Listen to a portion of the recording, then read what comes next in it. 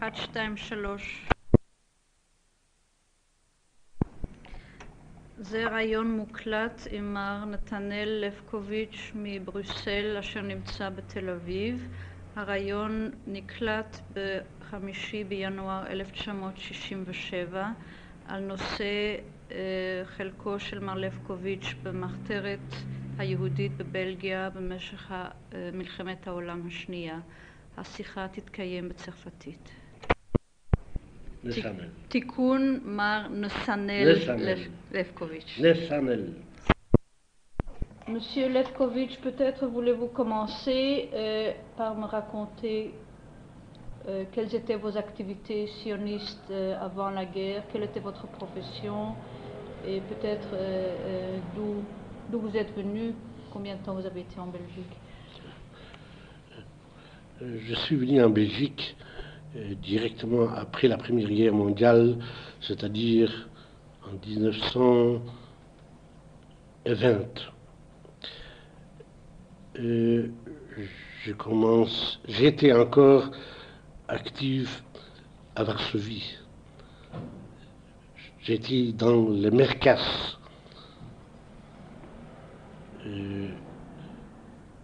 la rue Królewska, à Varsovie. C'était un mouvement de la jeunesse sioniste. Directement après la guerre, je suis venu ici, je me suis installé, j'ai commencé d'être actif, mais très peu. Mais finalement, comme j'étais sioniste général de la maison, encore de Pologne, alors je suis adhéré au mouvement des sionistes généraux à Bruxelles.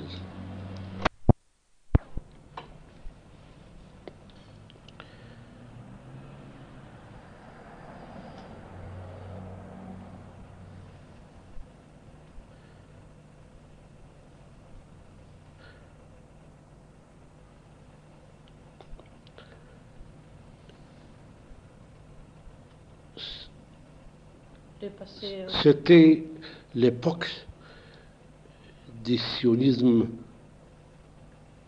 florissant en Belgique sous la direction de M. Yitzhak Kubowicki et Podlachuk.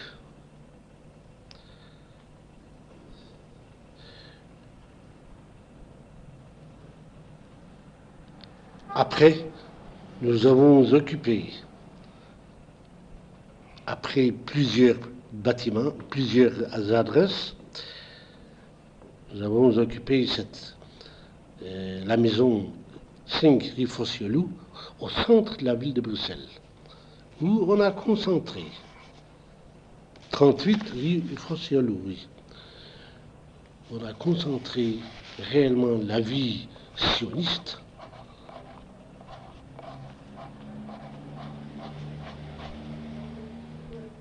Et les cranotes qui émettent, qui en a Yesod.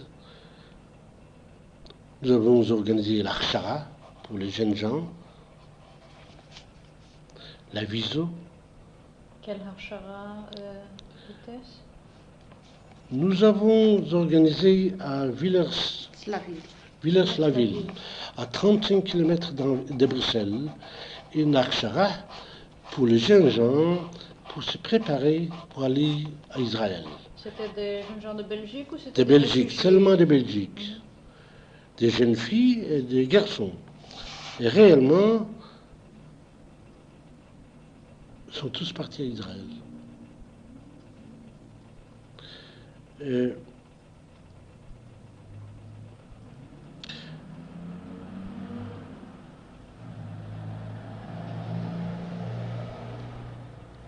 À part cela, on s'occupait de la qui est là.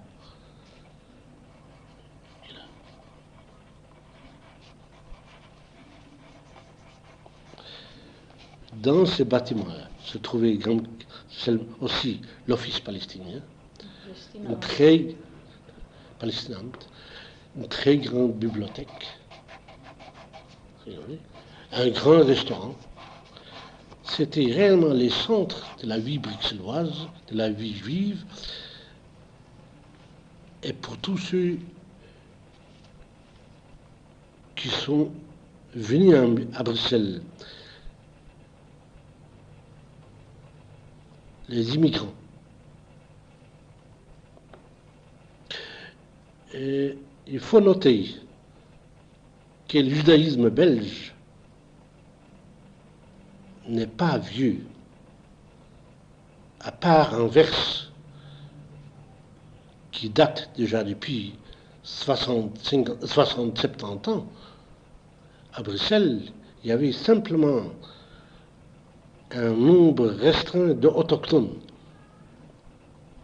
La grande immigration a commencé en 1920, 22, 24, 28, et après avec les réfugiés allemands.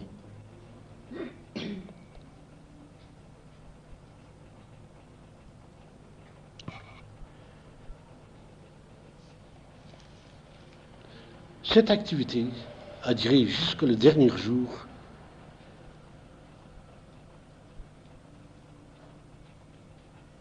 du 10 mai 1940. Moi-même, personnellement, quand la guerre a éclaté avec la Pologne, je me suis inscrit comme volontaire dans l'armée belge, comme deux autres juifs. Nous avons pensé à cette époque-là que la guerre va toucher également la Belgique.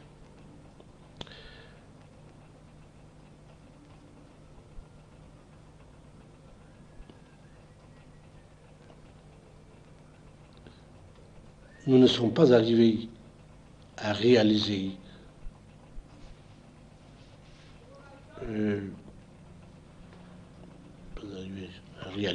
donc cette affaire-là est devenue rien du tout. Mais la véritable guerre en Belgique a commencé le 10 mai 1940. Brusquement, nous avons, comme tous les juifs, la plus grande partie, nous sommes partis vers la France pour se sauver. La situation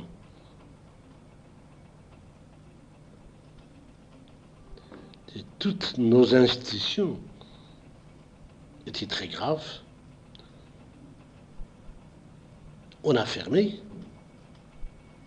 on a pris la fuite devant les Allemands.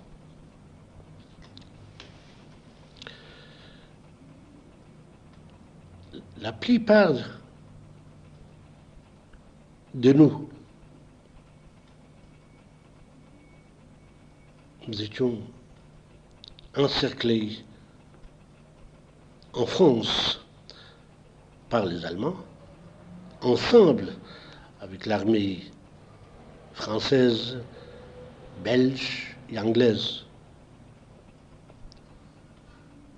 Et finalement, nous étions coupés et les Allemands sont rentrés dans le village où nous nous sommes réfugiés. À quelle date est-ce que vous êtes revenu en Belgique? À quelle période? 6 semaines après. Fin juin. Nous étions obligés de rentrer en Belgique vers fin juin 1940. Nous étions pas loin de la côte française et les Allemands ont forcé tous les réfugiés de retourner à leur pays d'origine. C'était une question probablement stratégique pour les Allemands même. Aussitôt de retour,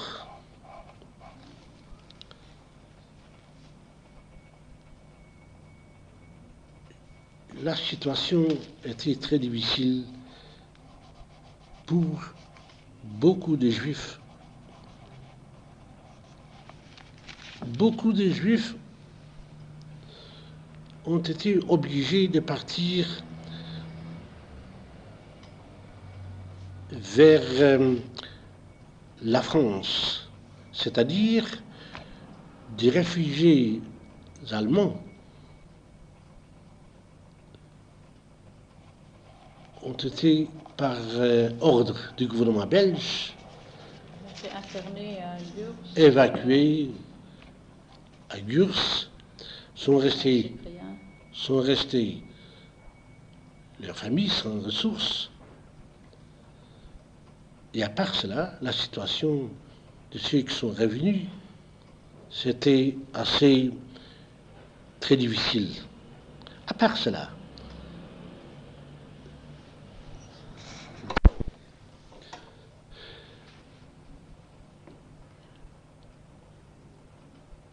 il y avait deux questions, des problèmes plutôt. D'abord, le moral,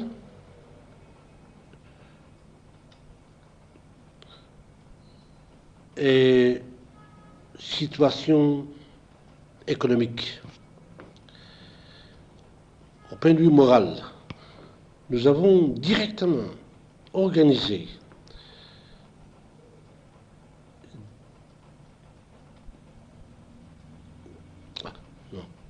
nous sommes revenus, nous avons ouvert les synagogues. Et chaque samedi, nous avons fait des zones Shabbat.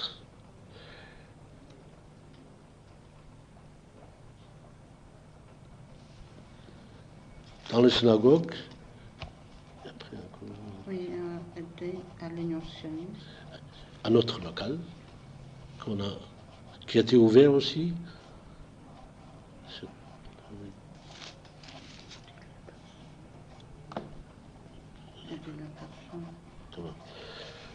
Et nous avons commencé d'aider d'une façon privée les gens, les nécessités. On a créé. Permettez un instant. Pendant la période où la plupart des Juifs étaient partis en fuite, donc de mai jusqu'à fin juin, est-ce que vous savez s'il y a eu une activité de personnes juives pour s'occuper des Juifs qui étaient tout de même restés? Je suppose que pas tout le monde a réussi à partir.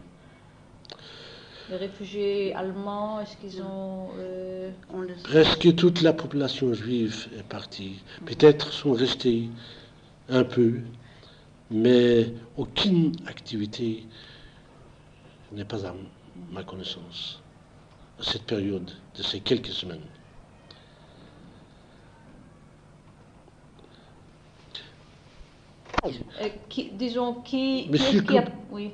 Qui a pris l'initiative de réorganiser la vie communautaire à Bruxelles? M. Kubowicki a pris l'initiative d'ouvrir la grande synagogue Rue de la Régence, l'administration et aussi le consistoire.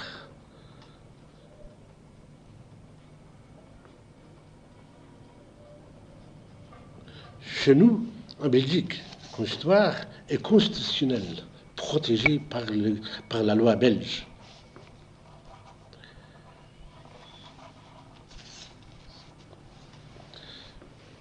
Mais de l'autre côté, l'institution Ezra a commencé à travailler. Et aussi,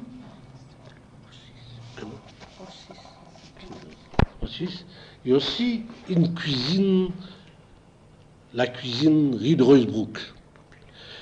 Cette cuisine est devenue plutôt historique. Au début,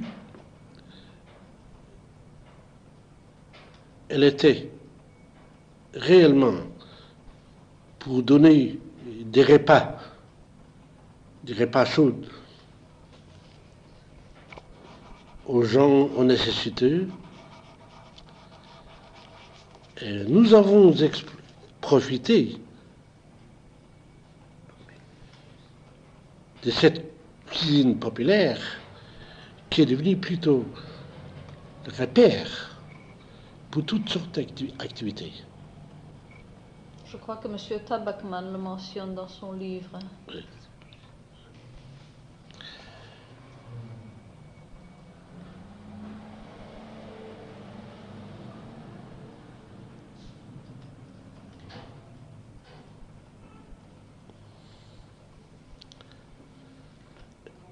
Les premiers 10 ans, c'est-à-dire jusqu'au mois de mai 42, mois de juin,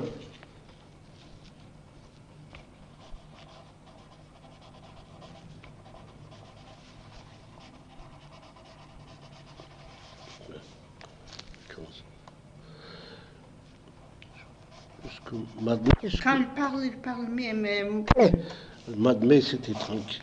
Oui. Le mois de mai, c'était encore tranquille plutôt. oui. Vous y êtes? Oui, oui, ça va. Ah! Au mois de juin, les Allemands ont forcé les jeunes gens d'aller travailler dans le nord de France.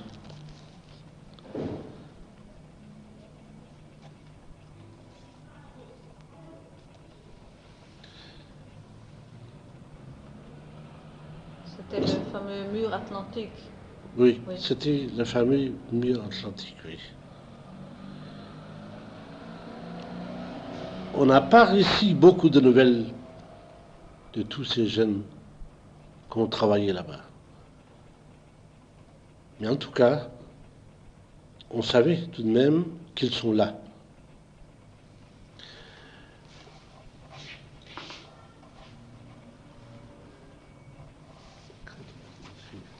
Le 1er juin, l'ordonnance de porter l'étoile. La radio, c'était Non, ça c'est pas important. Pas important. Non. Parce que ça, j'ai... Presque la plus grande partie de notre population ont porté l'étoile au début avec une certaine fierté, on peut le dire.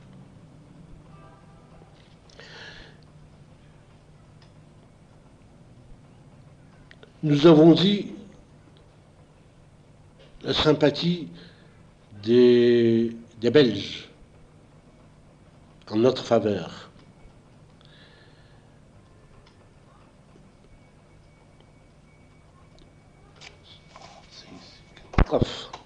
Là, a commencé le 22 juillet 1942. Où on a convoqué les jeunes gens à Malines, dans la caserne d'Ossin, et de là pour aller travailler.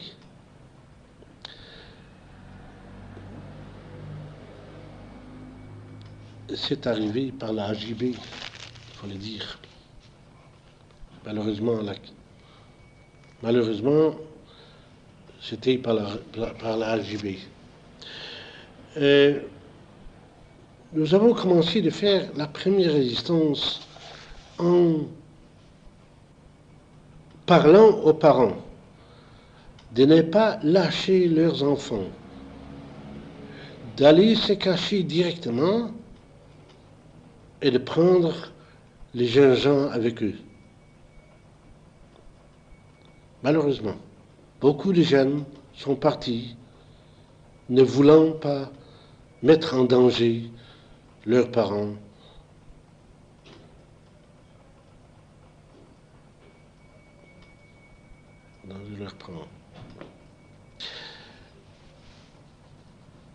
À cette époque, ceux qui ont milité, ceux qui ont été actifs, se rencontraient.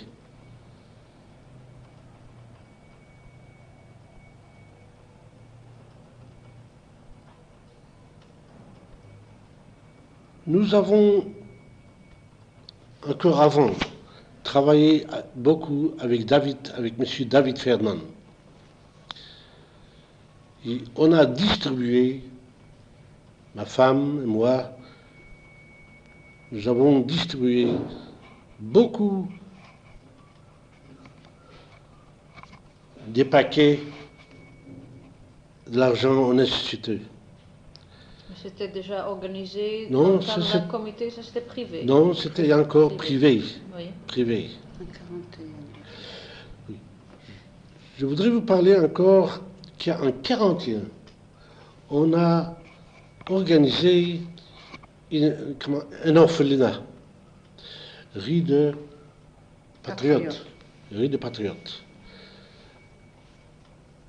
Ce sont des enfants sans parents, des Yézomim, d'Allemagne et aussi de Belgique. Les parents absents ou morts. Les parents morts, oui. Il y avait déjà eu un orphelinat juif à Bruxelles avant la guerre? Non, seulement en c'était les Belgique. prêts. Oui. Oui. Ça, c'est l'orphelinat dont M. Tiefenbrunner s'est Tiefenbrunner, occupé. oui.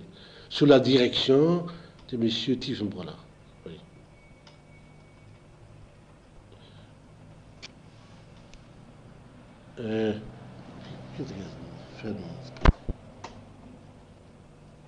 Monsieur Fischel Ferdman, le frère de David Ferdman, a travaillé. Moi, j'ai travaillé. Ma femme a travaillé. C'était l'Union sioniste qui s'est Non, occupée de ça? non, Privé. non, privé. Comme Combien d'enfants est-ce qu'il y avait là? 45, Environ 50. environ 50 enfants. Et Oui. vous aviez des personnes, des professeurs, des Oui, il y avait instituteurs, justement le frère de Katzenella Bogen, la sœur de M. Perlman, Sophie. Oui. Il y a encore. Il y avait un autre, je pense aussi qui voulait. Pour cette il y avait école, encore de jeunes filles. nous avons, Auslander. nous avons ramassé l'argent privé, et aussi nous avons reçu de l'ONU. Oui. Nous avons reçu aussi une aide directement, l'œuvre nationale de l'enfance. Oui. Mais ça, c'était un orphelinat qui était connu par les Allemands. Ce n'était pas en cachette. Non, Oui, c'était pas en connu. cachette. C'était C'était un officiel. 41, nous avons, Oui. nous avons organisé pour les enfants Yézomim. Oui. Ce n'était pas encore le problème de déportation. Comme nous avons travaillé aussi dans la maison de retraite. Retraite. À cette époque-là, les gens âgés, nous sommes allés travailler aussi là-bas, à titre privé, honoraire, naturellement. Avec l'aide aussi de M. David Ferdman. Il a beaucoup aidé, au point de vue matériel.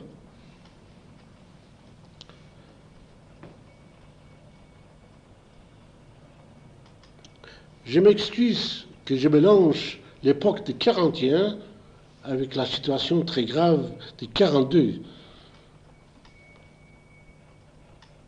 Je vais simplement d'y arriver pour expliquer comment nous nous sommes retrouvés, ceux qui étaient actifs avant, à titre privé, à une question de conscience privée, pour travailler, pour continuer après. Quelle était votre profession? Nous sommes des grossistes en horlogerie. Et vous avez encore pu travailler au début de l'occupation? C'est-à-dire au début de la guerre, les Allemands m'ont placé un commissaire. J'ai été obligé les premiers moments, les premiers quelques mois, de garder les bureaux, j'avais le registre de commerce et j'étais connu. Jusqu'au le commissaire m'a donné un ordre de liquider et j'étais très content. Je voulais moi-même liquider. Ils m'ont enlevé le montre en or.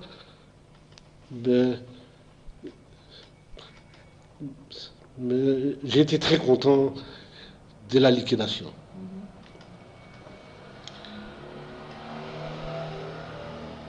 Je reviens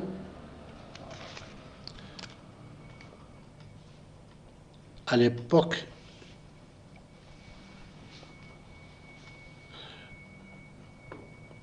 du mois d'août 42.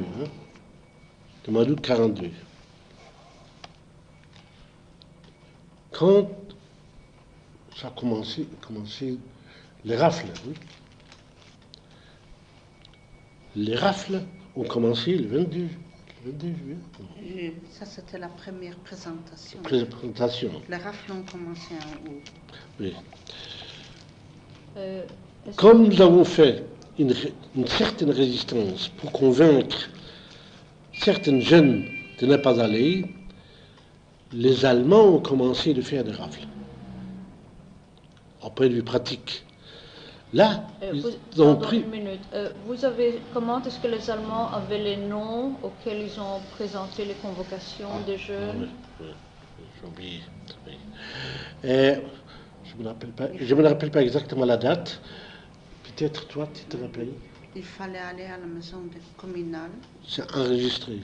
Ça, c'était en 1940 encore, Non, en octobre 40. En octobre 40, oui. ils avaient déjà la liste. Oui. Alors, et après, les Allemands ont pris cette liste de la commune.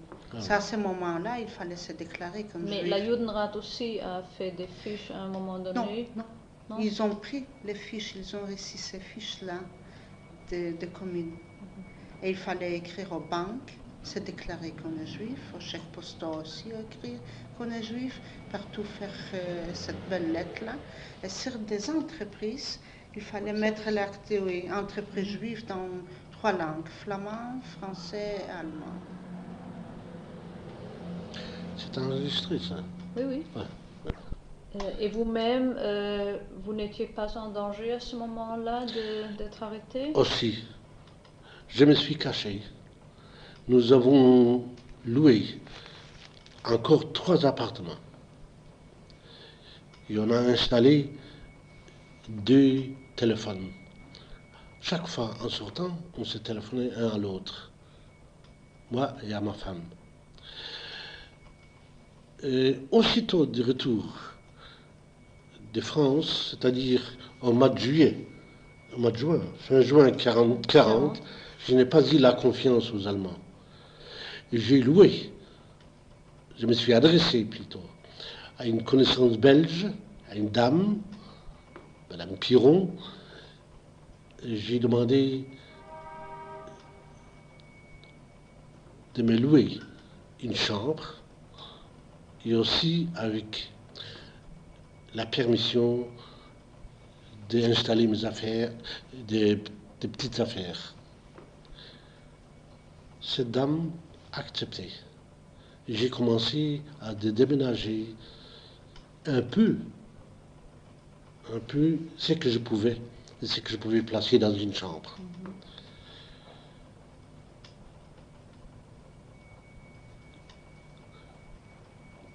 Quand les rafles ont commencé, nous sommes rentrés là, habités. Mais malheureusement, on ne savait pas rester trop longtemps. Nous sommes rentrés toujours les soirs dans l'obscurité et le matin pour sortir les grands matins aussi dans l'obscurité. L'idéal était pour nous l'hiver et le brouillard. Les voisins ne vous connaissaient pas? Non. On s'est caché des voisins. Mais alors à ce moment-là, vous n'avez plus porté l'étoile. J'ai caché l'étoile, toujours. J'ai porté une pipe, toujours, pour cacher, moi, que je ne suis jamais été fumeur.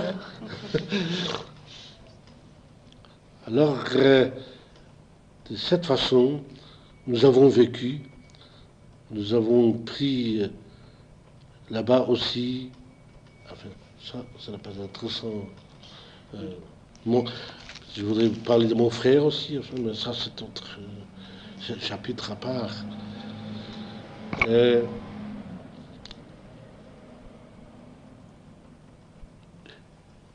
Chaque quelques mois, nous avons déménagé.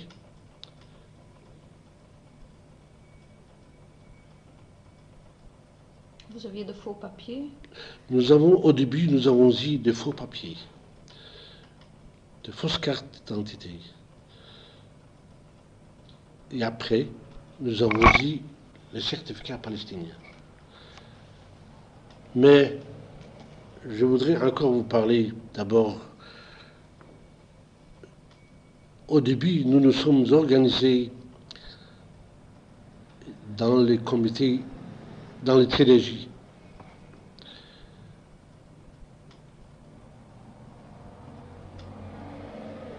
Nous nous sommes connus, M. Perlman, professeur Perlman, Mme Perlman, M. Heiber, M. Jospa, M. Leikirk, David Ferdman, professeur Allard, M. Werber. M. Werber,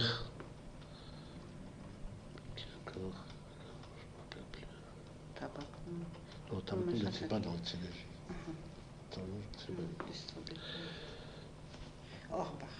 Orbach. Sous le nom, oui, Oscar. Nous avons eu quelques personnes de notre mouvement de sionisme nord où nous avons travaillé dans les cadres de TDJ. C'est-à-dire mon frère Nathan Lefkovitch, Alava Shalom, sa femme Dina Lefkovitch, ma femme qui a travaillé, M. Rothenberg, Khazan, M. Yisgour, Rabin Levy, Moïse Miller, Shlomo Miller. Ça, c'est une autre équipe. Équipe qui a encore travaillé. Kessler. Kessler, qui a été déporté.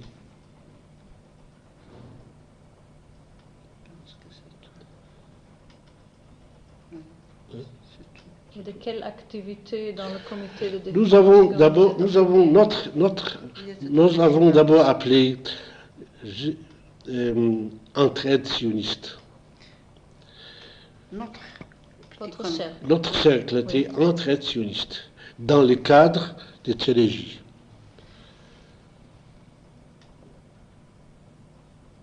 Son premier travail, c'était pour collecter l'argent. Je suis rentré dans leur commission de finances. Et à cette époque-là, nous avons lancé des vignettes. Une journée d'enfants. Une journée d'enfants. Une journée d'enfants pour aider le plus possible. Mais s'apercevant la catastrophe qui va dépasser nos moyens, je me suis adressé en Suisse.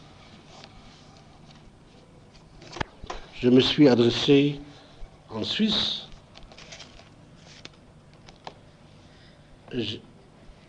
Ayant mes relations suisses par par l'horlogerie en gros que j'ai Vous étiez un représentant en Belgique de fabrique de suisse. fabrique suisse. Et Oui, vous aviez encore le moyen de communiquer avec la Suisse oui. Au début, oui. par poste officiel? Par la poste, oui, officielle, oui, au début. Je me suis adressé à Salimer, à Saint-Gall. Qui était-ce? Voilà. Nous ne savions pas. Je ne savais pas. Je ne savais pas exactement son adresse. C'était une connexion d'affaires. Non. Non, on Non, nous a dit c'était- adressez-vous. On ne savait pas à qui.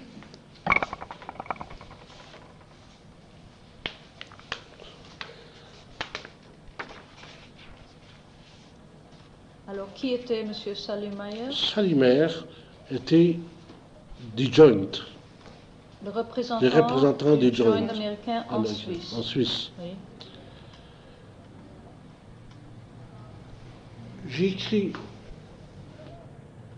en termes très courts la situation et aussitôt j'ai reçu une réponse. Mais vous ne vous êtes pas adressé par des gens de l'horlogerie suisse à lui. Vous Ah vous oui, êtes- exactement. Oui, monsieur. c'est exact, oui. J'essaie de me représenter Oui, comment Oui, ça oui, a oui, marché. monsieur Feldman. Ah oui. Non. Ah oui. Oui, c'est exact. Et les Allemands ont forcé les Suisses de partir de Belgique, le Goïm, le non-juif et les juifs suisses, les citoyens juifs suisses. De partir, ils ont donné même à disposition un train avec une date déterminée. Quand est-ce que c'était ça, à peu près? C'était Bon, peut-être que vous vous rappellerez après, ça ne fait rien. Oui, en 42. en 42. Oui. C'est Alors, monsieur- vous avez passé... Un instant. C'est M. Feldman qui était un représentant d'une fabrique suisse d'horlogerie que j'ai traité avec lui des affaires. À son départ, je lui ai exposé la situation et je lui ai prié absolument de me communiquer avec des dirigeants juifs qui sont capables de nous aider. Maintenant, je comprends. Voilà. La filiale, Oui, la oui. filière. Oui, Oui. ça c'était. Oui. C'est lui qui s'adressait. Il a donné l'adresse de Il a Salé. dit. Comment? Il a donné l'adresse de Salé. Ah, il m'a donné Adressez-vous. directement à Bruxelles. Non, non. Avant son départ, il m'a donné. Comment? Non, il a écrit une carte ouverte. Adressez-vous à Salimé Ah à oui, 5 ah oui, oui. Alors c'est M. Feldman. Comment c'est Feldman ou Feldheim? Feldman. Feldman, avec qui j'ai traité mes affaires d'horlogerie, il m'a écrit directement une carte que je m'adresse à Salimer, à Saint-Gall.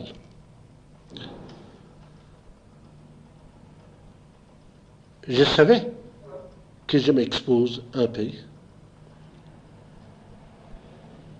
La Vous ne censure. saviez pas qui c'était, Salimayer, à ce moment-là? J'avais confiance à mon ami, M. Oui, mais vous ne Feldman. saviez pas qu'il était le représentant Non, du Joint? je ne savais pas. Je ne savais pas. Tu as raconté ça à la réunion de Un instant. trésorerie. Je me suis un peu exposé. La censure allemande était très forte, surtout pour l'étranger. Mais je me dis, je n'ai pas une autre solution. Et aussitôt, quelques jours après, j'ai reçu une carte ouverte de Salimer. Même pas une lettre fermée. Où il m'a écrit qu'il est à disposition pour n'importe quoi.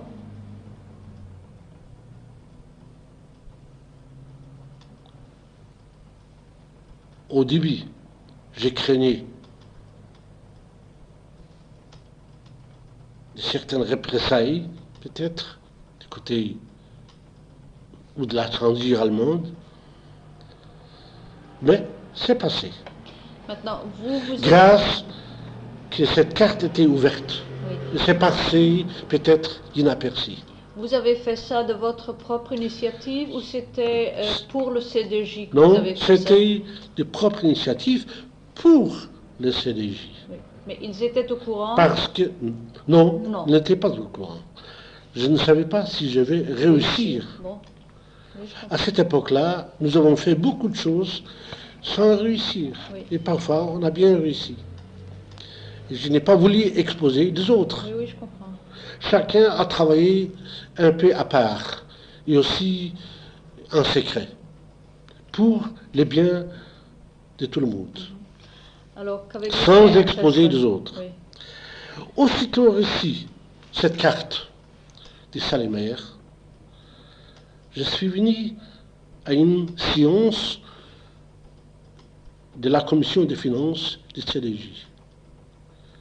Seulement dans la maison de monsieur, au domicile privé de M. Nijkerk. Benno Nijkerk. Comment? Benno Nijkerk. Oui. Il était aussi de sionistes généraux, n'est-ce pas? Il était le général, oui. Oui.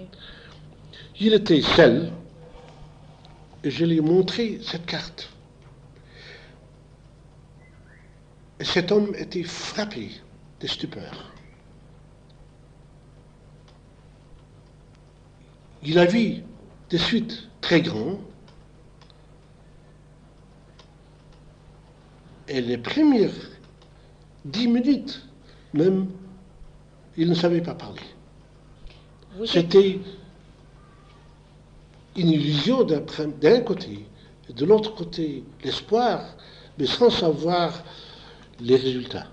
Vous étiez au courant des activités de Benno Nijkerk? Puisque j'ai travaillé dans la commission des finances. Oui. À part le CDJ, il Non. a aussi travaillé pour la Hollande. Non, Vous non, ne savez pas. non. Simplement dans le cadre du CDJ. Oui.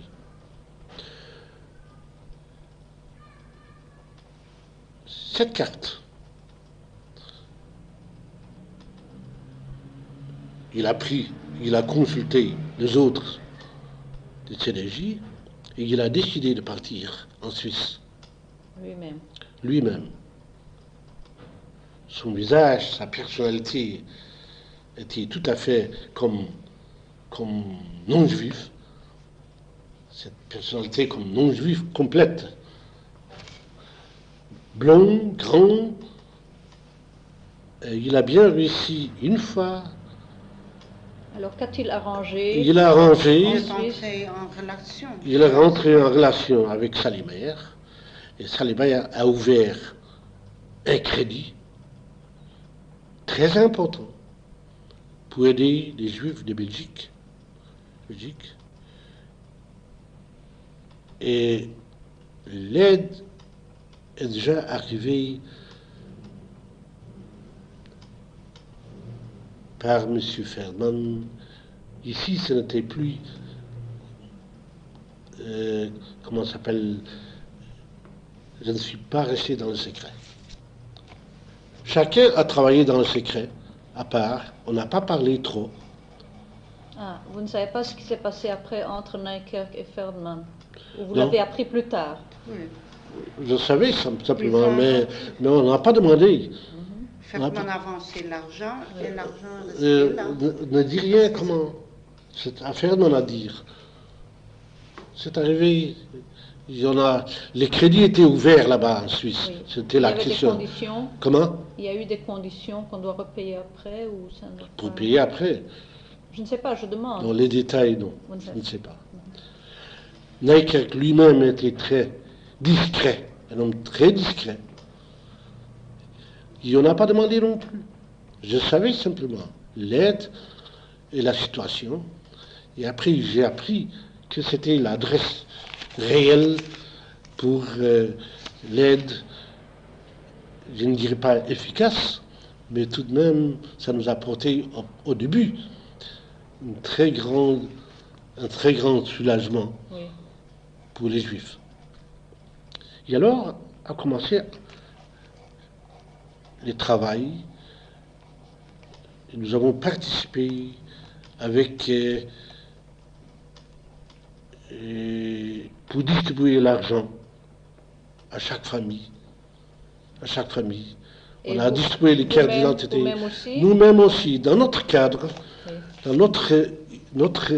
nous avons eu 175 familles que nous avons, ma femme et moi, dont vous deux, vous vous êtes occupés. de 175 familles que nous avons, comment ça s'appelle, donné chaque mois leur Le bon de ravitaillement. bon de ravitaillement, somme d'argent, c'est-à-dire selon le nombre de personnes de la famille fixées, des fausses cartes d'identité. Vous-même, vous faisiez le tour Nous pour avons- distribuer ça ou Nous vous étiez encore avons, avec nous avons aussi distribué des cartes d'identité. On ne dit pas à tout le monde. Non, mais mais Notre l'argent, groupe. par exemple, vous avez fait le tour de toutes ces familles ou vous aviez un groupe que vous Non, envoyez non. aux nous autres? deux, nous avions eu 175 familles. C'est énorme. Oui, 170, nous deux. Mais non, c'était 500, il avait 150 familles. Il faut compter notre groupe de sionistes généraux avait environ 500 familles. Et, Un instant, on n'attend pas d'ici. Non. Parle ici. Ils étaient cachés tous à Bruxelles, ceux-là? Oui, tout Pas ce en qui province. Oui, en province aussi, on envoyait des mandats. Ah bon. Oui, on envoyait des mandats à Waterloo, à Liège, et madame, je ne vais pas dire le nom, elle est ici. Alors, Je ne sais pas. Et Oui, comment est-ce que vous vous occupez de toutes ces oui. familles? Chez beaucoup de familles, j'allais et mon mari allait chaque mois visiter. Évidemment pas un jour, comme ça au fur et à mesure. Oui. Et il y avait beaucoup qui venaient le premier dimanche du mois à l'orphelinat l'après-midi. Parce que le dimanche, on pouvait tranquillement sortir. La Gestapo ne faisait pas de rafles.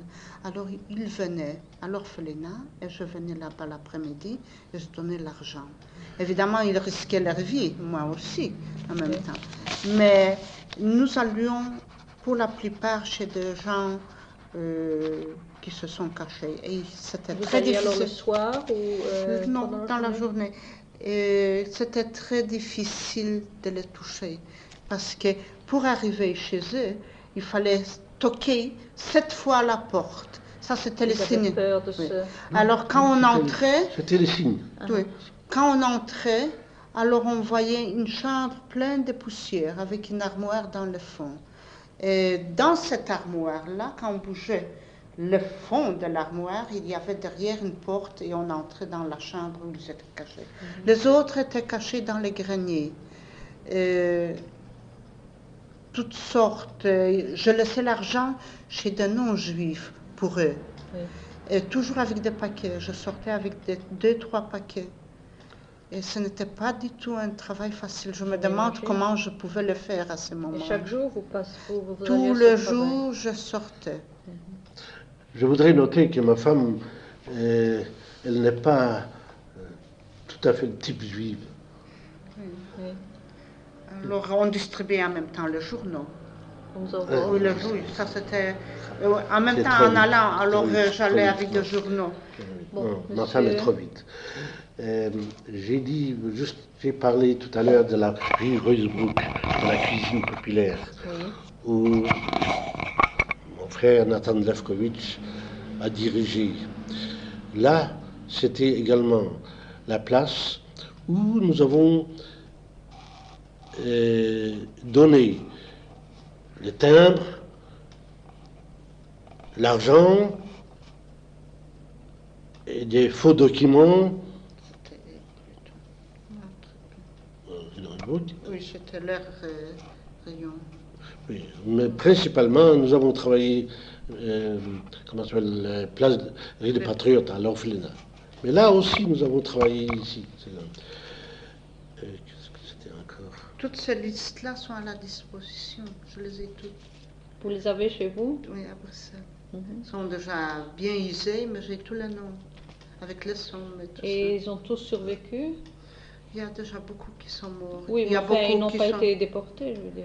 Oui, Ah oui. il y a Quelques vraiment, mois. oui, Oui. assez souvent je venais, je trouvais la porte close. Je venais justement après que la Gestapo les a enlevés. Oui, il y avait des tragédies. Il y a encore des choses. Il y a encore.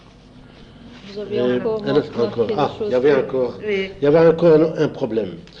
De prévenir les gens, on savait par la poste belge de certains facteurs, on savait qu'on a dénoncé des juifs et des enfants. Comment est-ce que vous saviez ça? Comment est-ce que les facteurs savaient Il a ça? enlevé les lettres qui étaient écrites à la main, avec une écriture pas à la machine. Il a apporté ça à Séville.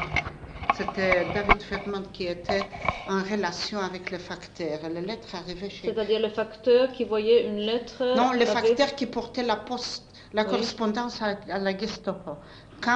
Alors, toutes ces lettres-là étaient d'abord prises, vérifiées. Et les lettres où il y avait des dénonciations entraient dans les mains juives. Évidemment, pas toujours tout réussissait.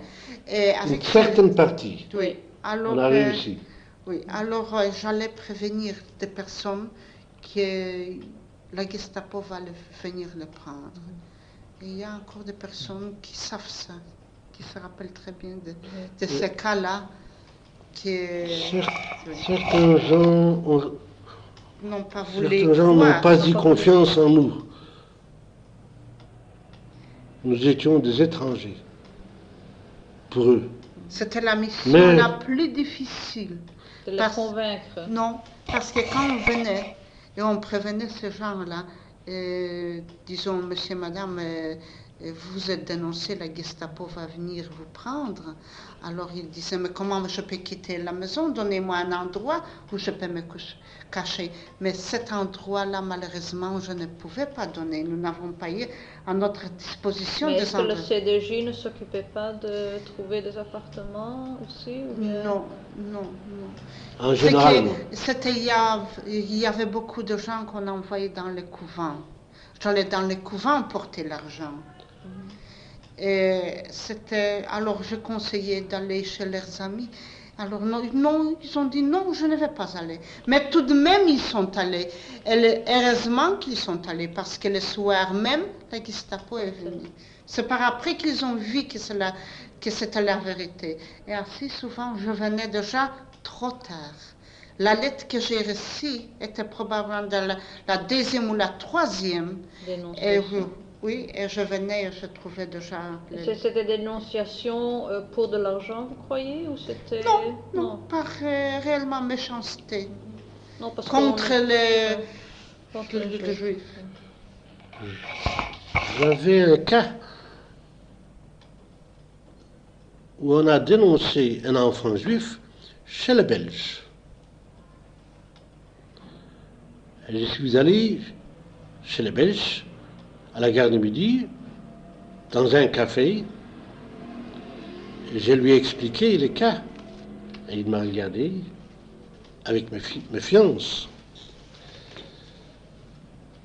Et je lui ai demandé, peut-être, il pouvait peut-être envoyer l'enfant au moins les premiers moments chez ses connaissances, ou donner dehors l'enfant. Finalement, après, au début, il n'a pas voulu croire, mais finalement, il s'est décidé, tout de même. Et l'enfant a été sauvé. Et nous avons vu après une très grande jeune fille Déjà mariés, mariée. déjà avec des C'était enfants. notre satisfaction personnelle.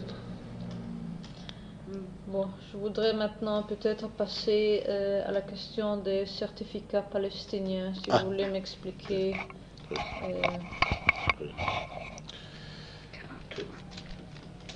Ça, c'est Quand en 43.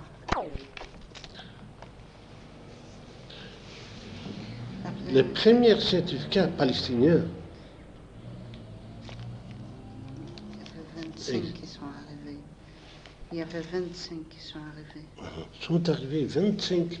Oui, dedans, il y avait le nom de M. Kubovitsky. Oui, encore des les autres. premiers certificats palestiniens sont arrivés avec M. Kubovitsky et deux autres.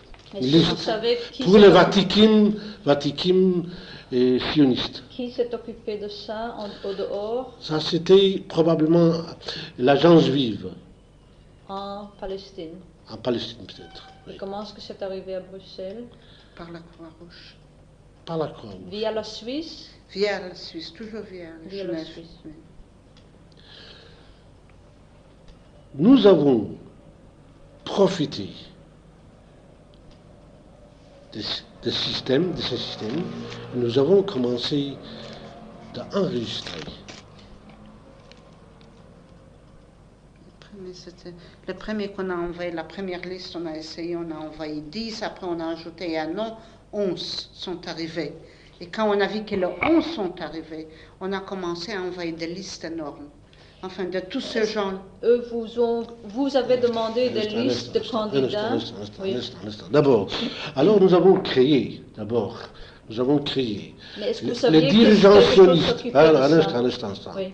Les dirigeants sionistes, nous avons organisé, moi, M. Nelevkovitch, M. Werber, M. Chatan, M. Yizgour, hein? Voilà. Nous avons organisé l'Office palestinien clandestin. Oui, j'ai vu une lettre dans les archives sionistes signée par vous et par Chatan disant que vous avez formé une fédération sioniste. Oui. Ça, c'était... L'Office palestinien clandestin, voilà. Ça a été créé chez moi à la maison. Et les bureaux, c'est-à-dire le travail technique, nous avons fait aussi chez moi, avec la machine, ma femme qui a tapé à la machine. Grabiner a travaillé avec vous aussi? Oui. Charles Grabiner, il a travaillé avec vous? Non? Je sais pas, je ne connais pas. Qui est-ce? Non. Moi, j'ai signé sous mon nom Sandel. C'est le nom que ma mère m'a appelé. Sandel.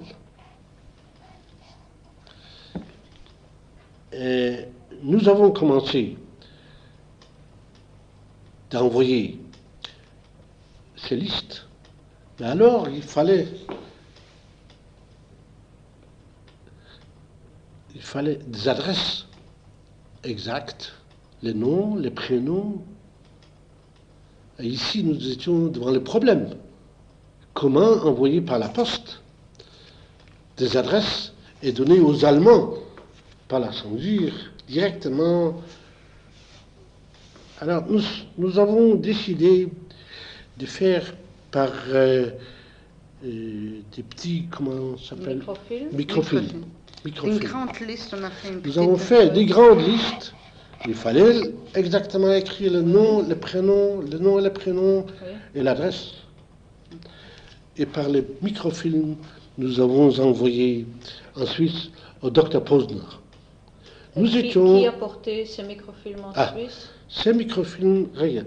Ces microfilms, nous avons fait par des réservoirs, porte-plumes, et aussi dans les petites, comment ça s'appelle, porte-monnaie. Oui.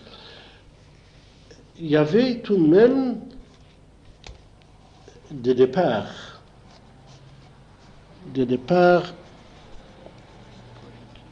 Oui, je veux dire, monsieur. Il y avait des départs, je ne me rappelle pas exactement, il y avait un peu de départs en Suisse. Et nous avons demandé pour placer Dans les chaussures des enfants, oui. des petits-enfants. Et ça a bien réussi. C'est-à-dire ces départs-là étaient à votre connaissance, c'était organisé par... Non, pas d'organisé. C'était des passeurs.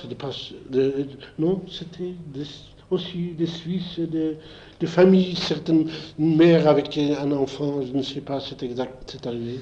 Mais la plupart, c'était par les microfilms, pour envoyer par la chose. Et ça c'est Ferdinand qui s'occupait beaucoup. Qui a fait ça, le microfilm?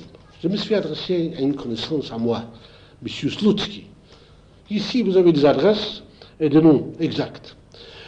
Le père Slutsky, il était un ami, et son oncle était membre du comité de l'Union des sionistes généraux de Bruxelles.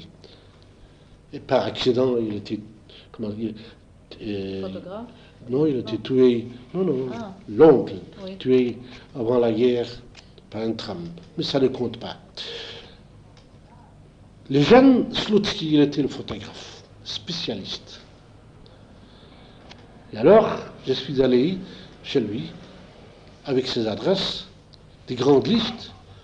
Il a fait directement sur place, parce qu'il n'a pas voulu garder ces listes, bien entendu. Il fallait que j'attende. Il m'a donné ce microfilm. On a déchiré directement Il le mettait dans le chapeau, dans le ruban du chapeau. on a gardé dans le ruban du chapeau, ou dans le manche de manteau, et comme ça, on l'a transféré pour expédier plus loin en Suisse. Et nous avons demandé à tous les juifs, sionistes et non sionistes, de nous donner les adresses. Nous avons vu grand et large. On n'a pas simplement regardé du point de vue sioniste, on a regardé du point de vue juif. Est-ce que vous saviez à ce moment-là quelles étaient les conditions pour obtenir ces certificats du point de vue dehors? Oui. Et est-ce qu'il y avait un nombre limité, vous aviez droit à temps et temps, ou bien est-ce que c'était... Au début, nous avons pensé qu'il y a un nombre limité. Oui. Mais après, nous nous sommes risqués. Si longtemps que nous allons recevoir des certificats, nous allons livrer à chacun. Alors combien est-ce que vous en avez eu en fin de compte? Nous pouvons dire que certainement 400, au moins 400 noms. Ça veut dire 400 familles. Quand quelqu'un a reçu un certificat, sa femme et ses enfants ont été protégés et couverts. Il y avait des gens qui ne voulaient pas tourner. Comment? Ne voulaient pas. Il y avait des gens qui n'ont pas voulu accepter et surtout pas inscrire leur nom. À certains sionistes même, on a forcé, on a convaincu, il fallait des mois pour les convaincre qu'ils acceptent finalement. Et ces certificats ont vraiment été efficaces? Ces certificats ont été absolument efficaces. Du point de vue que les porteurs de ces certificats ont dit le droit de sortir après 8 heures le soir. Les porteurs de ces certificats, quand ils étaient accostés par la Gestapo dans la rue, ou par ces fameux, comment s'appellent les juifs? Jacques. Par ces fameux Jacques, on l'a lâché directement sur place. Comment est-ce que vous expliquez ça? Nous ne comprenons pas. Un instant. Autre chose encore, plus importante. Il y avait des cas qu'on a enregistrés des noms sur la liste des certificats. Nous avons envoyé au Dr Posner à Genève, mais entre-temps, ils étaient arrêtés à Malines et nous avons reçu, justement, au dernier moment, nous avons procuré ces certificats à la caserne d'Austin à Malines. Et ces gens-là sont restés et après sont sortis après la libération. Sont là. Ça, c'était donc une fédération de tous les partis sionistes. Il y avait la Mizrahi, non, Coalition. Le Mizrahi n'existait pas, mais moi j'ai parlé avec... Kapelushnik était des oui, Mizrahi. oui, j'ai parlé avec les dirigeants des Mizrahi. J'ai dit...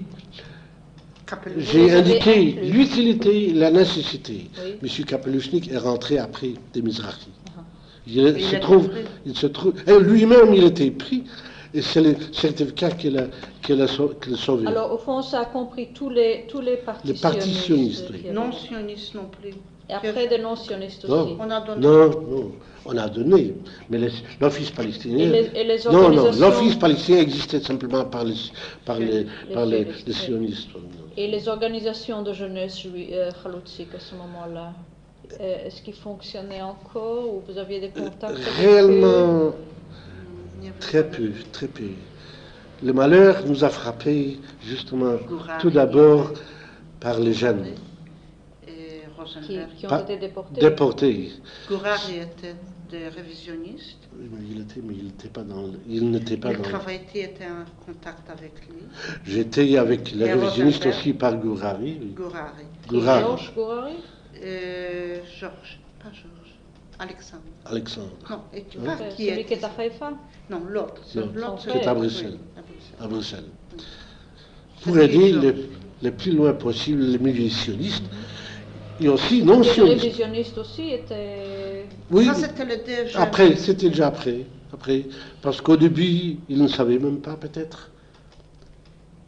Ou ce n'était pas au premier moment, on n'a pas donné confiance à ces problèmes de certificat. Alors, est-ce qu'on peut dire qu'au fond, tous ceux qui ont reçu un certificat n'ont pas été déportés? Nous pouvons dire Sauf à peut-être 99%. Dada Trotsky. Parce qu'elle est retournée, elle n'était pas son adresse. Comment Elle- Ah, Oui. oui. Ah. Presque, oui. Oui.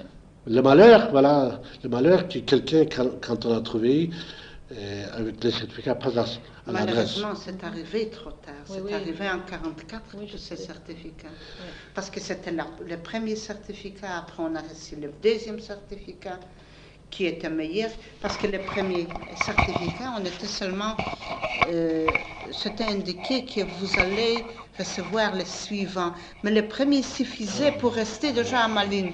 Et le dernier certificat, la confirmation qui est arrivée, Certificat définitif. définitif qui est arrivé en juillet 1944, avec ces certificats-là, on pouvait sortir après 8 heures du soir et pas porter l'étoile.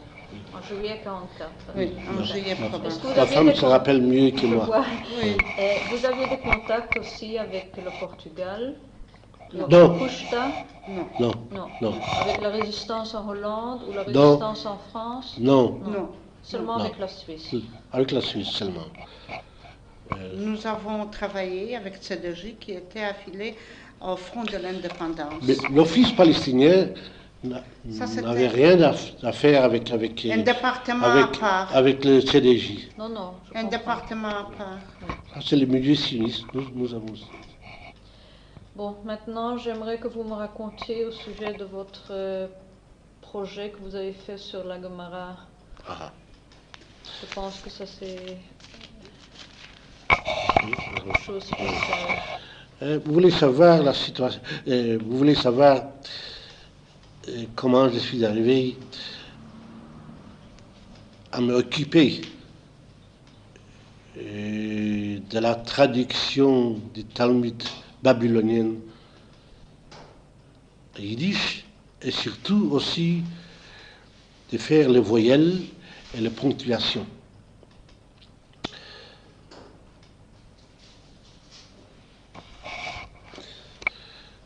Assez souvent, en apportant une aide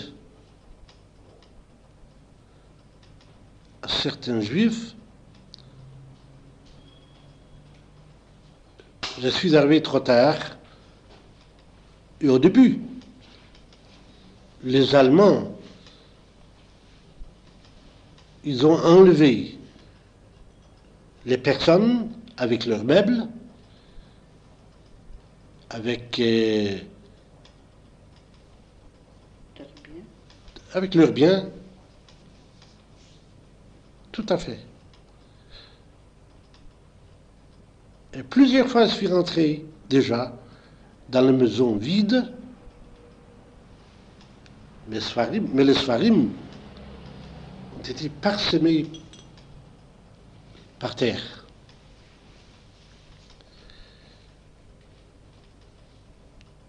Une chose. Deuxième chose, nous avons eu une très grande famille à Varsovie. Et nous étions en relation sous l'occupation allemande à Varsovie et la Belgique. Et nous avons même envoyé jusqu'au mois d'août 1942 des petits paquets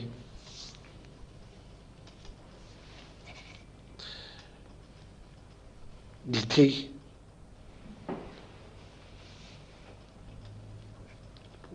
de poivre, de petites choses, par 500 grammes. La Poste a accepté, échantillon sans valeur.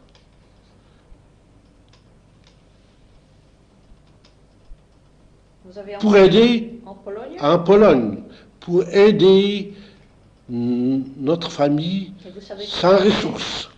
C'est un numéroté.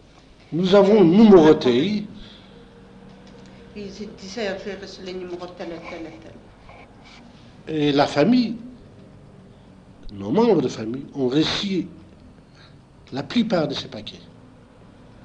Certainement, une partie a été volée ou égarée. Nous avons eu la possibilité d'envoyer beaucoup de paquets, de façon que nous sommes allés à chaque bureau de poste à Bruxelles et autour de Bruxelles, et on a expédié par 6, 7 paquets à peu près chaque jour.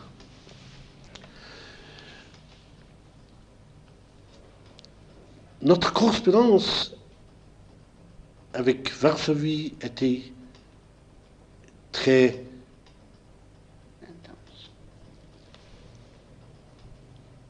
comment dirais-je,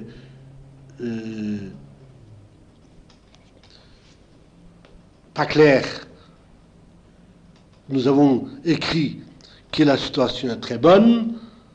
De là aussi, on a reçu la situation est très bonne. Pour donner, et entre ces lignes, on a toujours jeté un mot que nous avons bien compris. Un jour, j'ai appris qu'on détruit systématiquement des populations juives en province, en Pologne. Quand est-ce que vous avez su ça? La première fois, j'ai appris au mois de septembre 42. Non, Plus tôt. Puisqu'on avait les lettres jusqu'au 1er août. La dernière lettre était Oui. le 1er août. C'était déjà au mois de Juillet. juillet, systématiquement. On détruit complètement. Mais vous, En les province. Juifs de Belgique avaient été commencé à être envoyés seulement en juillet, n'est-ce pas? Et les grands rafles ont commencé le même jour qu'à Varsovie. Mais Exactement. là, les provinces ont liquidé. Mais en province, en Pologne, on a En commencé à liquider encore avant. J'ai appris, à cette époque-là, il fallait bien se garder à parler. J'ai même raconté cette histoire, voilà, un an et demi. Monsieur Rothenberg, d'ailleurs, il sera ici, il va venir dans quelques mois. Il est à New York. Il est à Chicago. Il va devenir au lait. Faites-lui savoir que je suis intéressée à lui Oui. parler. Oui. Je lui ai dit que j'ai appris. Mais j'étais toujours très pessimiste concernant le problème allemand. Alors, il a commencé à crier. Il m'a répondu textuellement. Seulement un pessimiste comme Lefkowitz, comme vous y êtes, vous pouvez prononcer des paroles pareilles par votre bouche, par une bouche vive.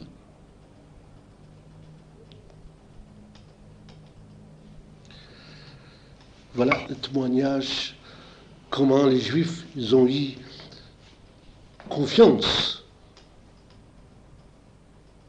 Bitachon.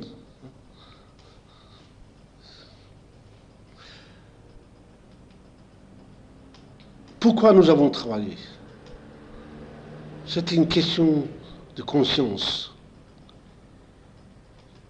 C'était pas une question, notre situation privée. Nous pouvions faire comme les autres, être cachés. On a eu des faux papiers, 4 appartements. Vous n'avez pas songé à partir? Nous avons voulu partir, mais nous n'avons pas réussi. Au début, nous sommes partis en France, nous étions obligés de revenir. Après, nous avons voulu passer en Suisse, mais malheureusement, le passeur n'est pas revenu. Il était pris. Et il était C'était pris. un passeur juif. Et nous sommes restés en Belgique.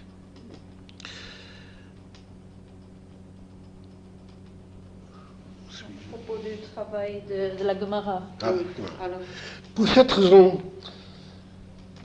sachant d'un côté que nos grands, nos savants, nos écoles, nos yeshivot, nos chadarim, nos rabbanim, nos melamdim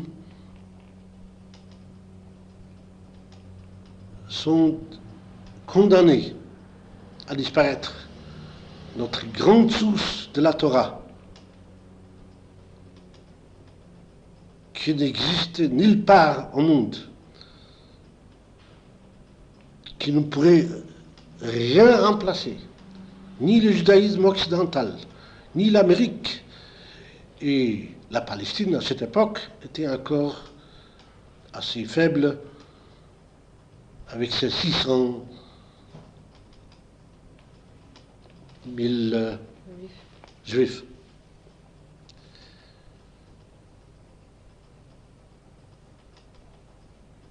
J'ai vu la situation du judaïsme très noire.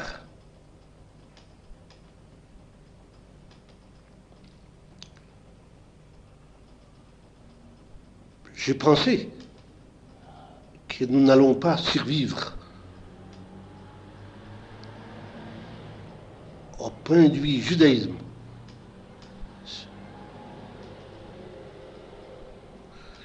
Cette force qui nous a alimentés depuis des siècles, j'ai vu clair, va disparaître.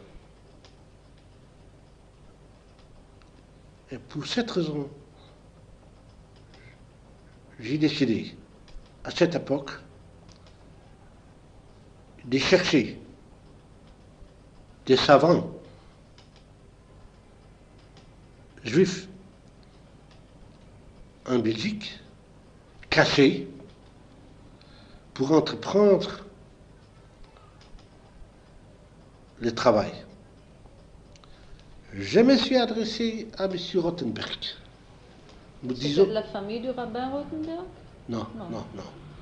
J'ai dit le nom parce qu'ici on peut toujours voir clair, noir, noir sur blanc. Je me suis adressé à M. Rothenberg parce que lui-même, Quel est son prénom? Lazare, Eliezer, lui-même est un homme instruit, un Talmid Chacham, et je lui demandais d'entreprendre le travail. Et pourquoi? Pour faciliter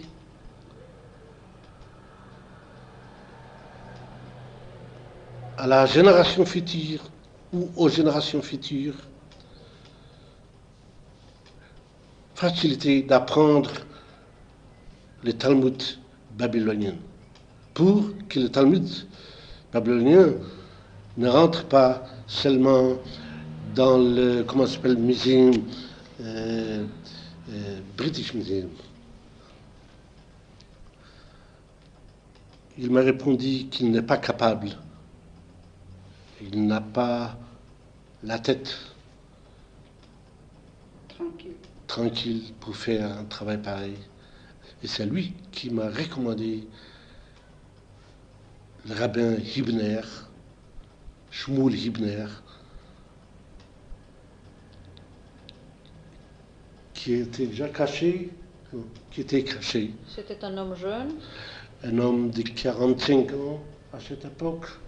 Qui venait d'où? Il venait de... il était en Allemagne, il était aussi Bukovine, je crois. Mais Ukraine. il n'avait pas fonctionné comme rabbin en Belgique. Non, puisqu'il était lui-même réfugié. Il était réfugié. Réfugié. Il était lui-même réfugié. Je l'ai trouvé dans sa cachette. Hein? C'est un Viennois. Oui, il devient, mais il n'est pas viennois. De naissance. Vous savez, comme moi, je suis belge, mais je suis de Varsovie. Oui. Oui. Il a fait des études probablement aussi à Vienne, mais c'était un grand mumcha, un grand spécialiste. Ce que j'ai cherché avant tout, c'est pour les nekudot, pour les voyelles. La ponctuation, c'est déjà plus facile. Et la traduction yiddish. Et j'ai convaincu l'homme pour entreprendre À quelle époque est-ce que un c'était? travail. C'était l'époque 43. au début 43. Premier jour de 43. Janvier 43? Oui. Ou à peu près, Au enfin en début, hiver Fin 43. 42, je ne crois pas. Oui. Non, 43. 43. Nous avons, Premier jour de 43. lui, il habitait dans une mansarde à côté de la Grande Place, Rue de Chapelier, rue des Chapeliers, 17. 17. Moi, je suis allé souvent chez lui, ou ma femme. Et nous avons décidé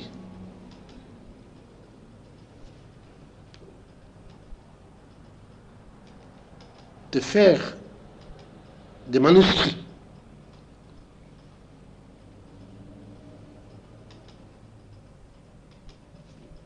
D'abord, Nezikin, Shabbat. Brachot. et les autres. Mais nous avons commencé par la Mesechta Brachot. Permettez un instant. Vous aviez vous-même une éducation juive qui vous a poussé à... Vous avez des Oui. connaissances que vous avez poussé à faire ça? Et, d'abord, Je ne suis pas oui, indiscrète. oui. Il est, Dans ma jeunesse, il est un petit-fils d'un très grand rabbin. je suis Arrière-petit-fils. arrière-petit-fils de Rabbi Yeshaya le Prager. Pas de Prague, mais de Prager, de l'autre côté de Varsovie. Il est connu par son Sidour et ses Pirushim qu'il a donné, qui s'appelle Harei Psamim.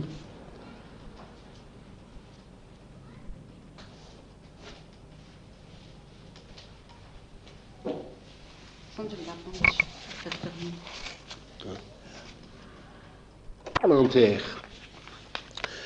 Il était lui-même grand rabbin, il était rabbin à Prague, à Praga, c'est mieux de le dire, Praga. Ici. Son premier sidour est sorti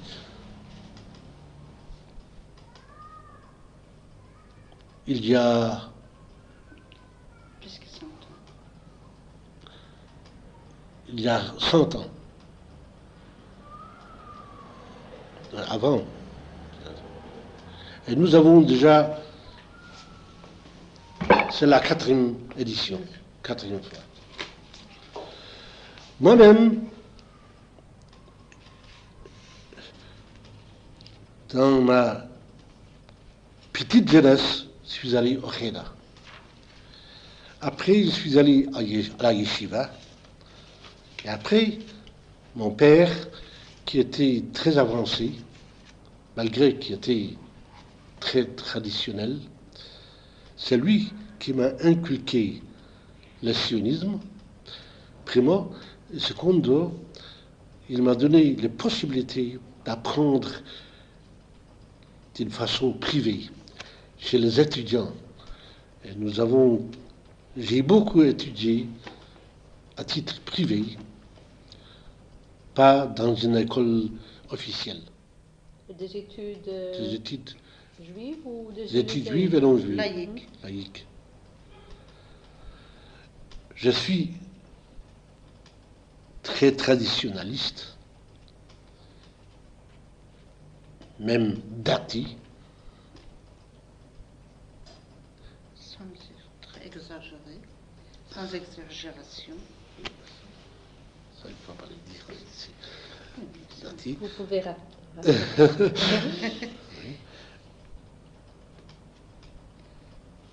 Et j'ai vu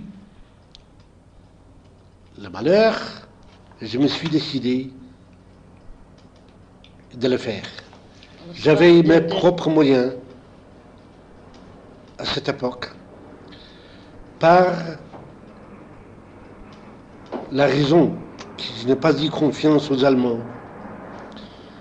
J'ai caché tout ce que je pouvais chez la dame belge qui m'a donné asile, que j'ai connue depuis des années. Vous avez payé un salaire? J'ai payé pour le loyer. Elle m'a permis même de faire... Non, je veux dire au rabbin. Oui, rabbin, oui, il fallait qu'il vive. Oui. Lui, sa femme et un enfant. Est-ce qu'il a travaillé tout seul ou il a encore... Tout seul. Tout seul. Mais j'ai aidé avec certaines explications yiddish. Parce qu'avec le yiddish, nous avons un problème. Il y a Dutchmerisch yiddish, il y a Litvisch yiddish, il y a Polish yiddish. Et nous avons discuté souvent pour trouver les expressions les plus courantes. Et surtout, j'ai voulu éviter le Dutchmerisch yiddish. Surtout pour les Juifs qui viennent de Vienne ou de l'Allemagne, ils ont l'habitude de parler plus le Dutchmerisch. Et nous avons commencé à travailler. Et la première mécerte, j'ai vu avant mon départ, je ne me rappelle pas exactement, ou le 30 mars 1943, ou le 30 août 1943, exactement. J'ai encore le papier. Nous avons fait Est-ce que vous dites différents... avant votre départ? Maintenant. Oui, avant d'y arriver ici. Oui. Avant notre arrivée. Lui-même, il a fait plusieurs essais. On ne savait pas exactement par quelle façon. Il fallait que je trouve d'abord les Sfarim pour lui aider. Ce n'est pas une chose simple. L'écoute et la traduction. La traduction est basée sur Racha, mais aussi sur le Meforshim. Il n'y avait pas de rabbin en Belgique à ce moment-là, sauf le rabbin Ullmann, n'est-ce pas? Oui. Il y avait des rabbinim. Il y avait des rabbinim. Il y avait Feuerwerker. Feuerwerker. Feuerwerker travaillait. Ah, Feuerwerker travaillait avec nous aussi. Oui, c'est exact. Feuerwerker travaillait aussi avec nous dans l'aide entre aides. Oui.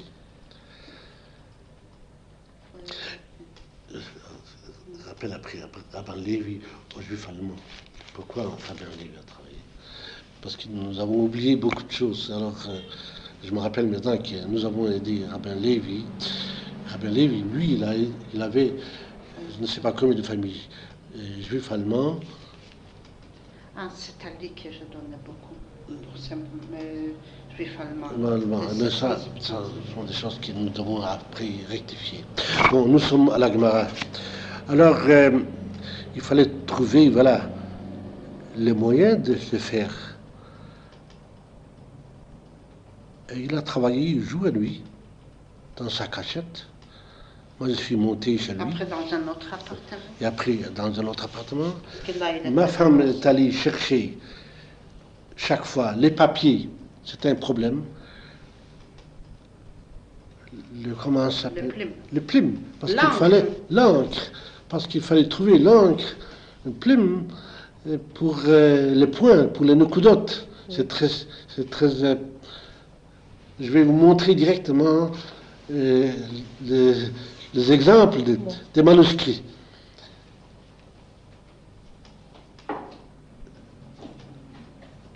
Ma femme, qu'elle n'a pas l'air comme ça tout à fait juive, elle savait trouver, acheter, procurer tout le nécessaire. Et moi aussi, j'ai trouvé les Gemarotes. Où ça, à Anvers? Non, chez moi. J'avais aussi chez moi les Gemarotes et j'avais aussi, j'ai demandé, on m'a prêté. Tirbrunner m'a prêté. Bamberger m'a prêté. J'ai demandé à droite et à gauche. Et de cette façon, il a commencé à faire les manuscrits. Nous avons fait 4,5 manuscrits. Baba Kama, Baba Metzia, Brachot, Baba Basra et Shabbat, la moitié du Shabbat.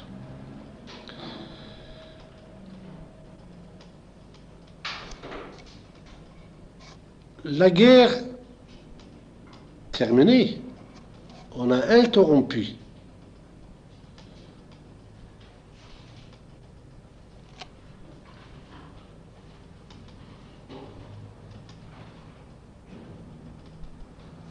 Après, par suite du départ de M. Hibner à New York, il est maintenant rabbin dans une kehila. Et moi, je me suis décidé de mettre à jour les manuscrits qu'on a fait pendant la guerre.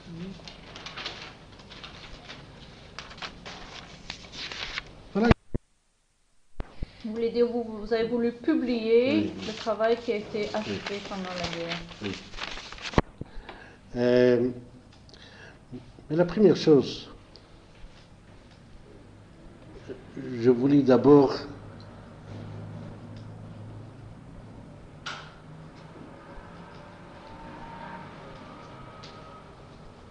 me rassurer concernant les Nekudotes.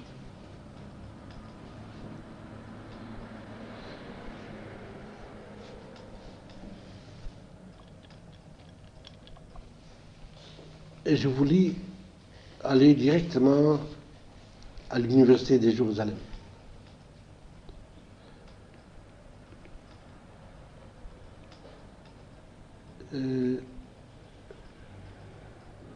Après la libération, quand nous avons commencé notre activité sioniste,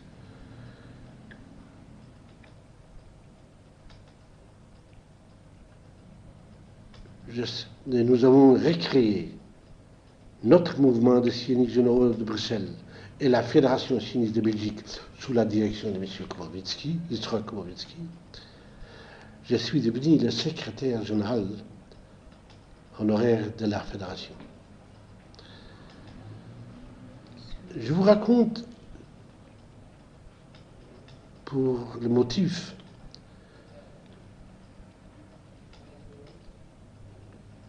Je ne suis pas arrivé de recevoir un permis de rentrer en Israël, en Palestine, comme visiteur.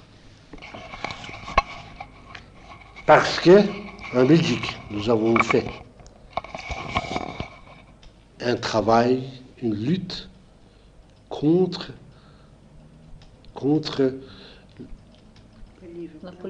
la politique anglaise. Et probablement, j'ai été mal noté à l'ambassade britannique. On m'a refusé absolument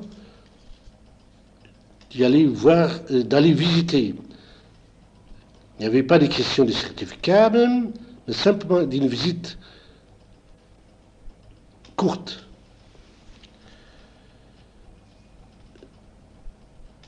Je me suis adressé à plusieurs reprises à la Sornoute.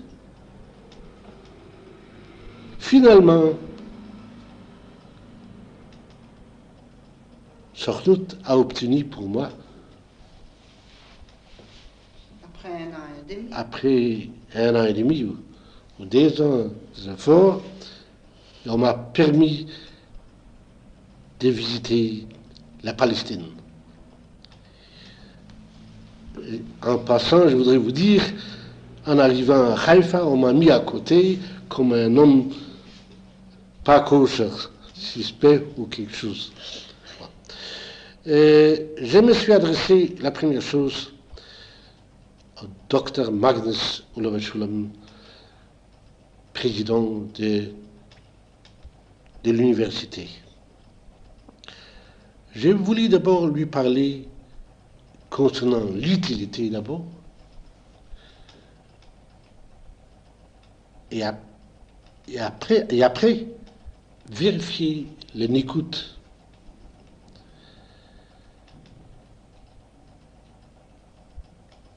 Lui, Dr Magnus, qui était plutôt d'origine allemande, lui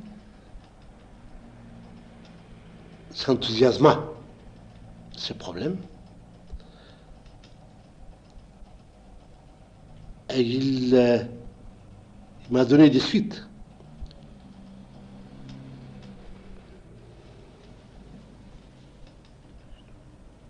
L'adresse des professeurs à Assaf, professeur de l'université de cette époque-là, et après il est devenu à Shofet à Elion. Je crois, Shofet à Elion. Il ne veut plus maintenant, professeur. Non, il ne veut plus, oui. Il ne veut plus, mais il est devenu après Shofet à Elion.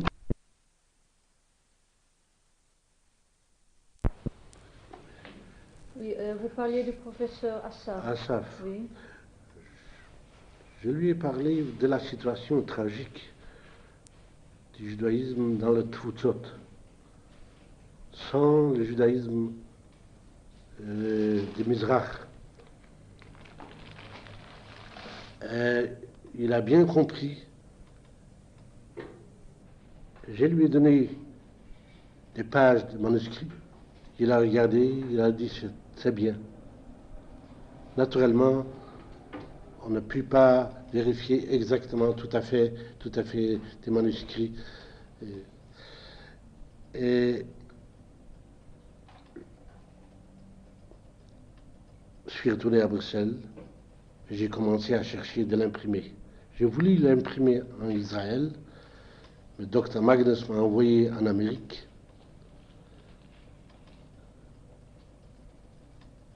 À cette époque-là, ce n'était pas possible de le faire à Israël. L'Amérique, pour moi, c'était trop loin, trop difficile. Finalement, je me suis décidé en 50 à faire paraître à Paris. J'ai commencé par le Baba Kama, par la Maserta la plus difficile de Nezikin. Là, j'ai donné aussi, j'ai ajouté Raché. Finalement, je me suis aperçu que pour les Nekudot, il faut des places plus larges. Et la deuxième Maserta, je l'ai fait en Belgique, Baba Metzia, sans Raché, plus clair, les Nekudot sont bien, et les textes également. Maintenant, Qui s'est occupé de ça en France et en Belgique? En France, malheureusement, je n'ai pas bien réussi avec une imprimerie. Même En Belgique, pour la Ah non, non, un instant, je n'ai pas bien réussi à Paris avec l'impression.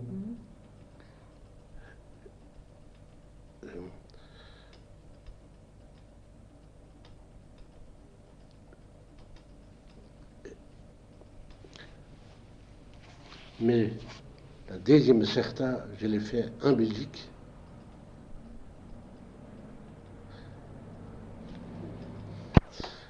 Dans une imprimerie non juive.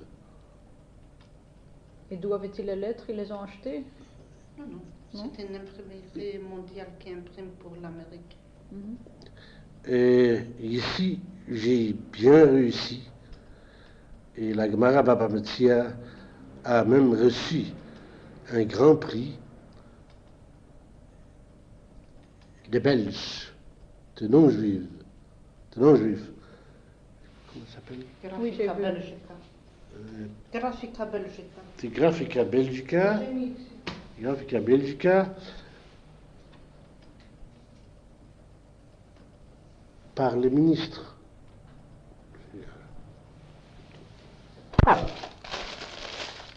Que le jury a accordé le grand prix Grafica Belgica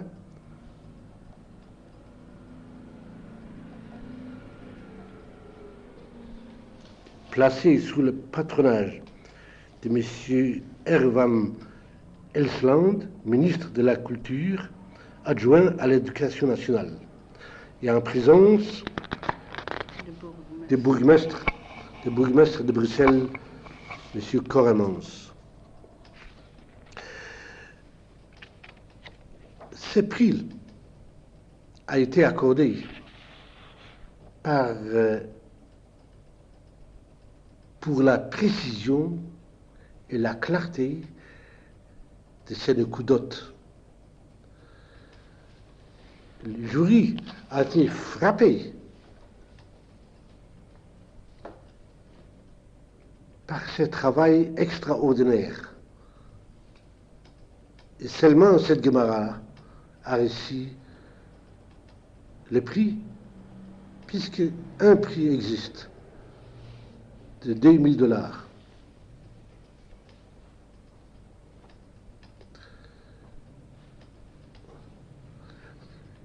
Ce n'est pas moi qui j'ai reçu le prix, c'est l'imprimeur.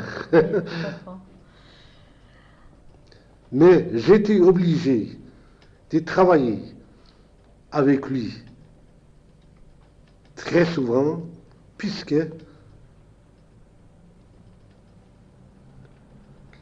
les ouvriers et les chefs, les directeurs sont des non-juifs.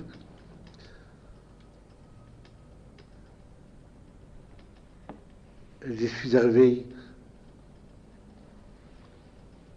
à une très grande satisfaction, selon l'opinion publique.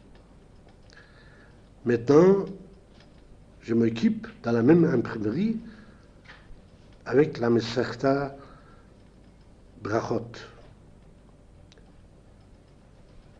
Et la quatrième Meserta que je veux imprimer, mettre à jour, c'est Baba Basra. Et après, nous verrons avec Shabbat. Je reçois de tous les côtés des félicitations et aussi de non-juifs. J'ai envoyé aux universités belges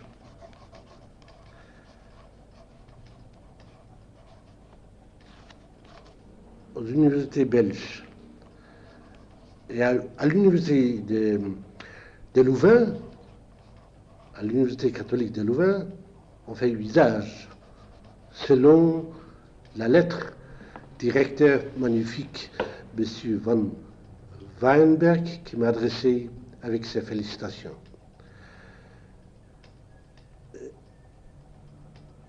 Bien entendu, j'ai envoyé à la Sifria, à la Sifria de Mythe à Jérusalem, Jérusalem. Maintenant, il faut la Sifria de Tel Aviv aussi. Yes. Université de Tel Aviv. Not ça prend le Sifria de.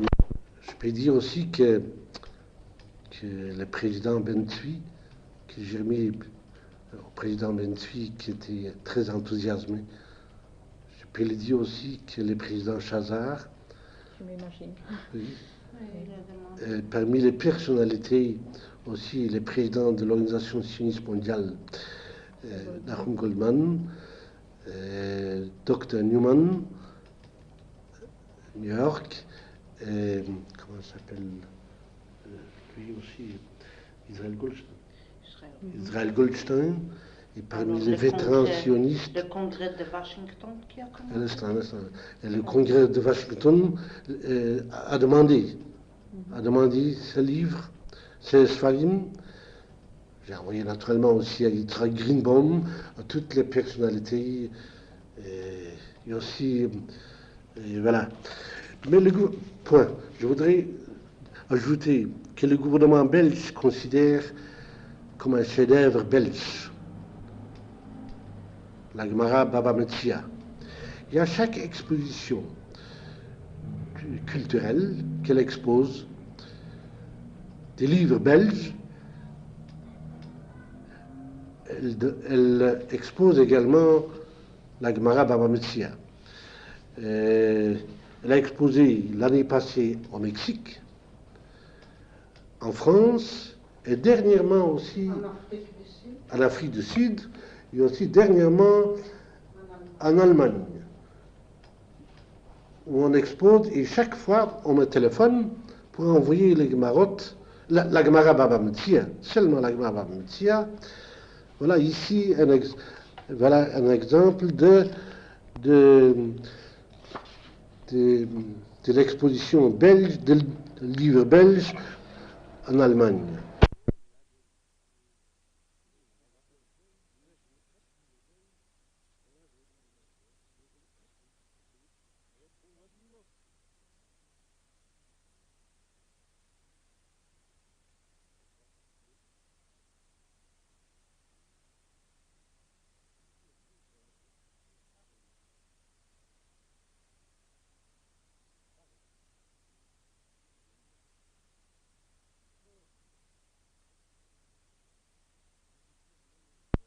Je voudrais ajouter que je suis en droit de me dire à moi-même que j'ai provoqué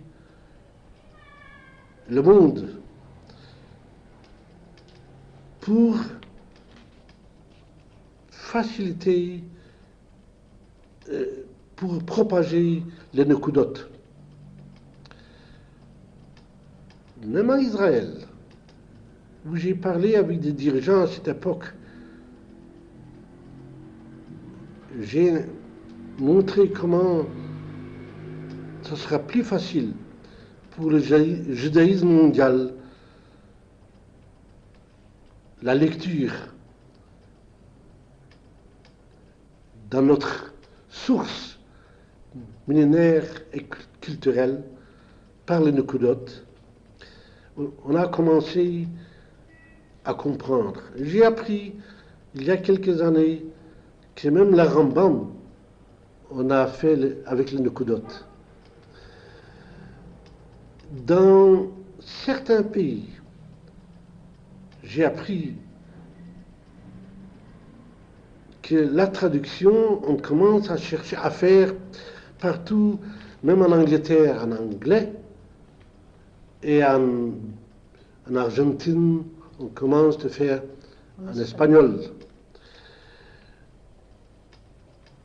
Mon but n'était pas pour chercher des profits personnels, mais le contraire. La Hagdil Torah la dira,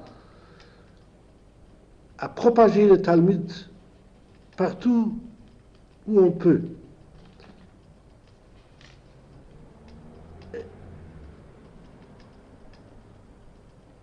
J'ai l'impression que cette petite provocation d'un homme privée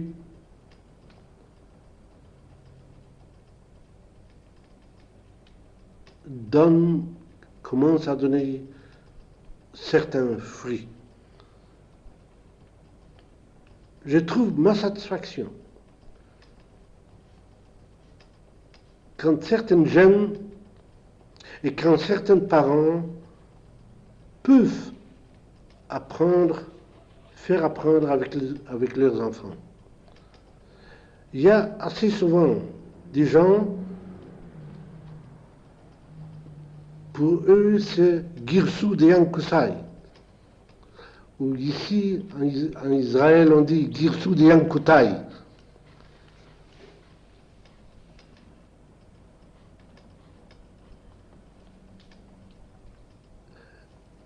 Au point de vue matériel,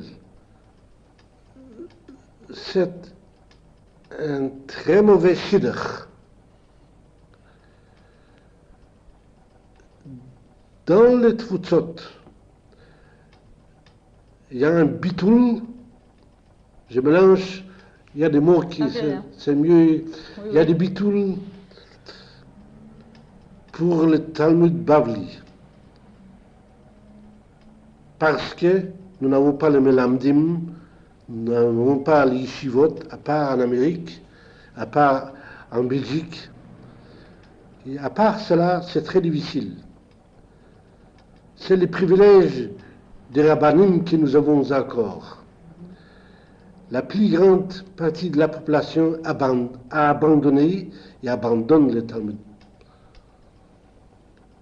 Ça, c'est primo. Secondo, le Yiddish devient de moins en moins populaire, surtout pour la jeune génération. Donc, les shidduch, le Talmud avec le Yiddish, ne peut pas donner une grande satisfaction matérielle. Mais au point de vue facilité culturelle, au point de vue la propagande pour le Talmud, c'est encore le Yiddish qui est encore un grand facteur parmi des centaines de milliers de Juifs. Et j'ai la satisfaction que dans cette grande Amérique, on le vend assez bien. Je n'ai pas la possibilité, je ne suis pas un Mochas Farim. Je n'ai pas la capacité. Mais je suis certain, si des autres personnes ou un organisme prendra dans les mains, ça donnera plus de fruits. J'ai été très étonné de recevoir des lettres de l'Afrique, de l'Australie, de l'Amérique latine, de l'Amérique aussi du Nord, Canada. Ils ont exprimé leur satisfaction et aussi comme moyen de propager dans leur suiva le Talmud.